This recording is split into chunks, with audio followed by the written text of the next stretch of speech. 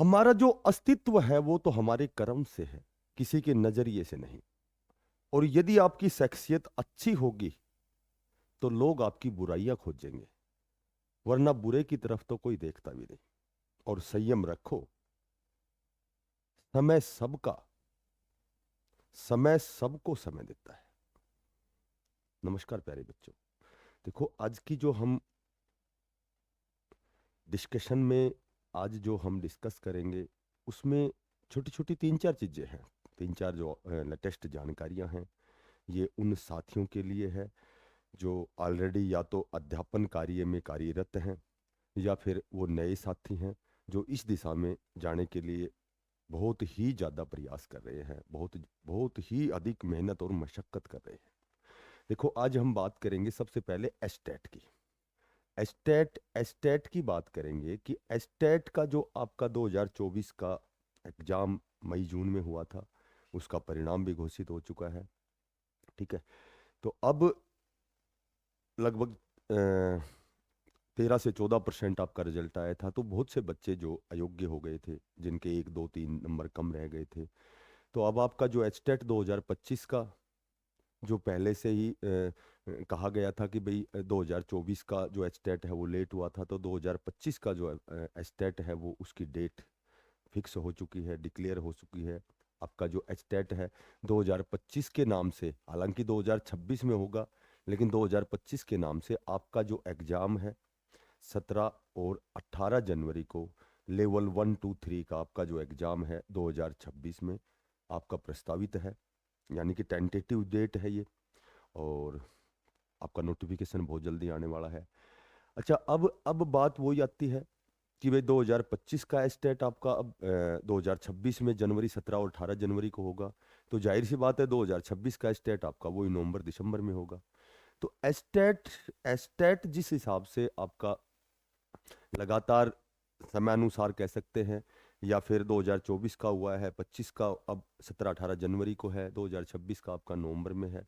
तो सबसे पहले तो हम वही बात करते हैं। सबसे पहला जो देखो, एस्टेट एस्टेट जो है, एस्टेट होने से, एस्टेट ये तो एक एलिजिबिलिटी टेस्ट है, तो एस्टेट होने से तो हमें नौकरी नहीं मिलेगी। तो बहुत से ऐसे बच्चे हैं, 2012 में आपका जेवीटी की भर्ती हुई थी, उसके बाद लगभग 13 साल से भी अधिक हो गए हैं, आपकी रेस्ट ऑफ हरियाणा की जेवीटी की भर्ती नहीं हुई है। तो मैंने आपको पहले भी बताया था कि जब भी आपका जो एस्टेट है, या तो 2024 का जो परिणाम आया है उसके तुरंत बाद में आपकी जो रेस्ट ऑफ हरियाणा की जेवीटी की भर्ती आएगी, लगभग 4,000, 4,500, 3,500। चूंकि सुनने में तो ये आया कि जेवीटी के लगभग 7,000 सीटें वैकेंट हैं, 7500 सीटें वैकेंट हैं। लेकिन पूरी कंप्लीट यदि हम भर्ती की बात करें तो संभवतः हो सकता है कि आपकी हरियाणा कौशल रोजगार निगम के तहत भी पहले से ही लगभग 1800 कुछ पदों पर आपकी भर्ती होनी है, जो आपने पहले से फॉर्म रजिस्ट्रेशन किया हुआ है। और 4,000 के लगभग जहाँ तक जानकारी है आपकी जो नियमित भर्ती है जेबीटी के रेस्ट ऑफ हरियाणा की, वो ये जो आपका एस्टेट होगा 17 18 जनवरी के बाद में जब भी इसका परिणाम आएगा, तो बहुत मैक्सिमम पॉसिबिलिटी है, बहुत ज़्यादा संभावना है कि आपका फरवरी या मार्च में नोटिफिकेशन आपका जिस हिसाब से, क्योंकि ये ये तो पहले से ही तय था कि बोर्ड के जो चेयरमैन साहब हैं उन्होंने पहले ही कमिटमेंट किया था कि हम जनवरी के लास्ट तक ये एस्टेट का 2025 का एग्ज़ाम लेंगे, जो अभी आपके सामने जो भी डेट घोषित हुई है अभी सबके सामने है। क्योंकि मैंने आपको बताया था कि फरवरी मार्च अप्रैल में तो बोर्ड के एग्ज़ाम होते हैं, या तो आपका जनवरी में लास्ट में एग्ज़ाम होगा, या फिर आपका जाके वही मई जून में होगा। और ये भी तय है कि 2026 का भी एस्टेट आपका नवंबर या दिसंबर में हो।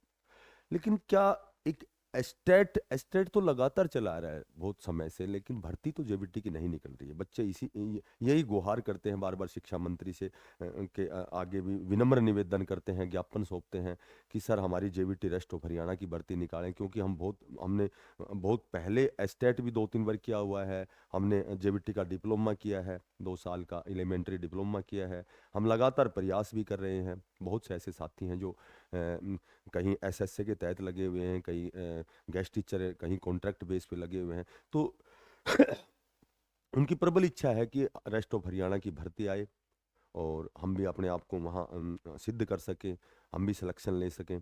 ठीक है, एक नियमित भर्ती, एक अलग भर्ती, उसका एक अलग ही आनंद होता है। और बाकी जब हम एसएसए के तहत या गेस्ट टीचर या कॉन्ट्रैक्ट बेस पे लगे होते हैं, तो हमारे पास पर्याप्त समय होता है, हम बहुत अच्छी तैयारी करते हैं और इंतजार करते हैं। तो ये इंतजार में मैं आपको बताता हूँ, क्योंकि मैंने पिछली वीडियो में आपको बताया था कि जनवरी में आपका एस्टेट होना है, और अब मैं आपको बताता हूँ लगभग मार्च या अप्रैल में आपकी अप्रोक्सीमेटली 4,000 के लमसम कह सकते हैं आपकी रेस्ट ऑफ हरियाणा की जेबीटी की भर्ती आएगी। क्योंकि ऑलरेडी पहले से ही जो जेबीटी में लगे हुए 2012 की उनकी पदोन्नति हो चुकी है। तो जितनी भी प्राइमरी स्कूलें हैं, या तो सरप्लस की कंडीशन हो रही है, या फिर वहाँ बहुत सी सीटें वैकेंट हैं।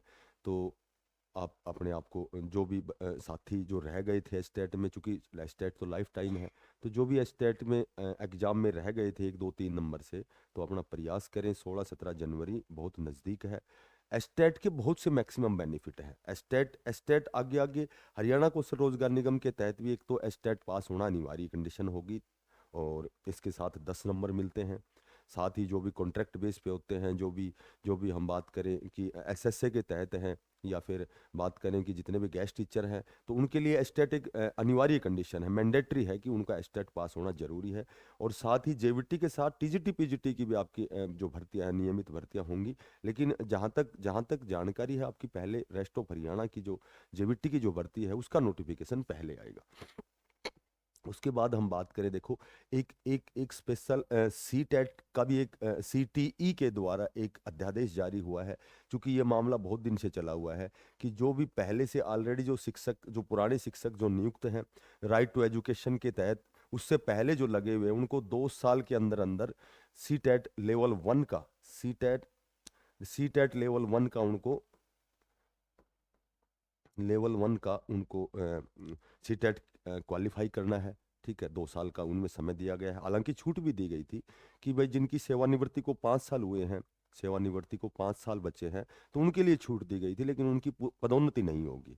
और ये जो आरटी जो राइट टू एजुकेशन जो है, शिक्षा का अधिकार है, यह जो अध्यापक है उनकी योग्यता को सुनिश्चित करता है। तो इसको देखते हुए सी टेट सभी के लिए अनिवार्य है। और हाल ही में जो एनसीटी द्वारा जो कोर्ट द्वारा जो निर्देश दिए गए हैं, तो उसके अकॉर्डिंग जो भी पीआरटी जो है, प्राइमरी जो टीचर है, पीआरटी से टीजीटी बनने के लिए उनके पास लेवल 2 का मतलब यानी कि छठी से 8वीं तक का जो दूसरे लेवल का जो सीटेट होता है, वो क्लियर करना उनके लिए अनिवार्य कंडीशन है। यदि वो प्रमोशन चाहते हैं, पीआरटी से टीजीटी में प्रमोशन चाहते हैं, तो उनको सी टेट का डिप्लोमा यानी कि लेवल 2 का छठी से 8वीं तक का जो है वो एग्जाम क्लियर करना होगा, उसकी सर्टिफिकेट जमा करवानी होगी, उसके बाद ही उनकी पदोन्नति संभव है।